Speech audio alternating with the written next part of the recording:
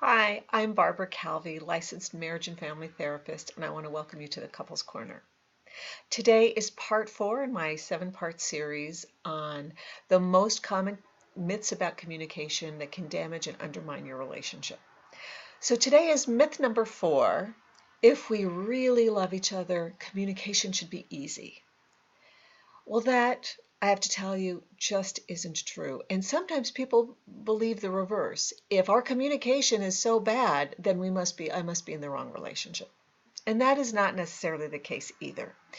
So most of us were not raised with great models for direct and healthy and effective communication.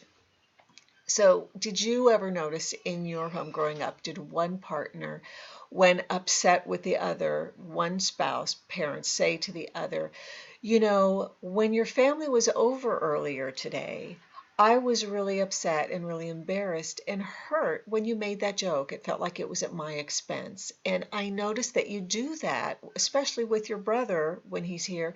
And that really bothers me. I want to talk to you about that. I want this to stop. Did you ever hear that? Anything like that? Probably not, and probably at least not on a consistent basis.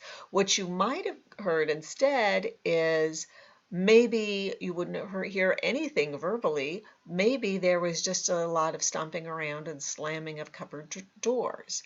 Maybe you heard, I can't believe how insensitive you are. You're always so mean. You're always throwing me under the bus. You're always trying to humiliate me in front of your family.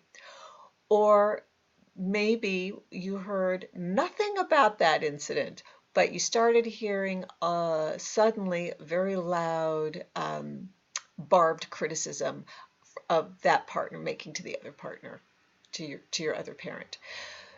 So we don't have, most of us, really good models for this, and there's skills that need to be learned and developed. And there's nothing wrong with that. The capacity to do that is showing how you can be in a really healthy relationship.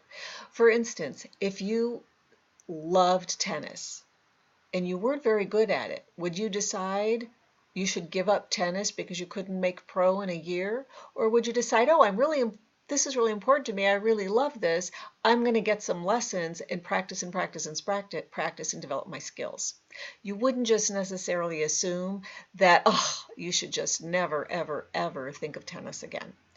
So this is another myth that can really undermine your relationship and how you feel about your partner, especially if again, it becomes a pattern that happens over time. Don't let this myth undermine you.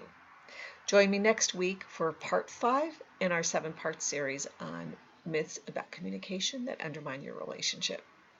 Thanks very much, and until next time, take good care. Bye-bye.